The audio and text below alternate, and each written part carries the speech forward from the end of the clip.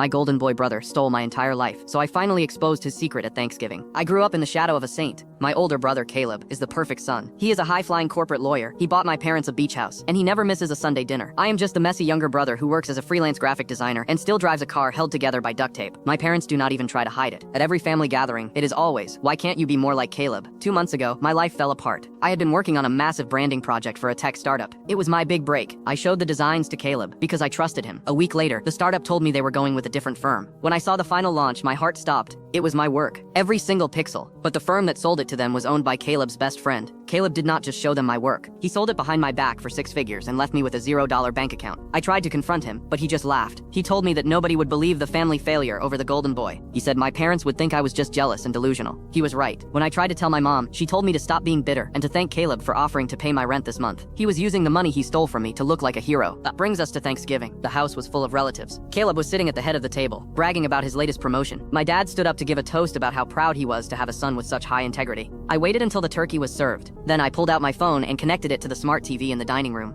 I did not scream. I did not cry. I just hit play. It was a screen recording of Caleb's laptop. I had found his login saved on the family iPad. The video showed the wire transfer from the tech startup's firm directly into Caleb's personal offshore account. It showed the emails where he called our parents gullible and said he only bought the beach house to keep them out of his hair. The table went dead silent. My dad's wine glass actually hit the floor and shattered. Caleb tried to stand up, his face turning a deep shade of purple. He started shouting that it was a deepfake, that I was framing him. But then the next slide came up. It was a folder of all the legal documents he had forged to trick my dad into signing over his retirement fund to Caleb's management company. My brother was not a saint. He was a predator who viewed our family as a bank. The justice was instant. My dad did not call a lawyer. He called the police right there at the table. Caleb tried to run for the door, but my cousins blocked him. The golden boy left in handcuffs before the pumpkin pie was even served. My parents sat in the silence of their big, expensive house, realizing it was bought with stolen dreams. They looked at me, waiting for me to say, "I told you so." I did not say a word. I just packed my leftovers, took my car keys, and walked out. Justice feels a lot better than a Thanksgiving dinner.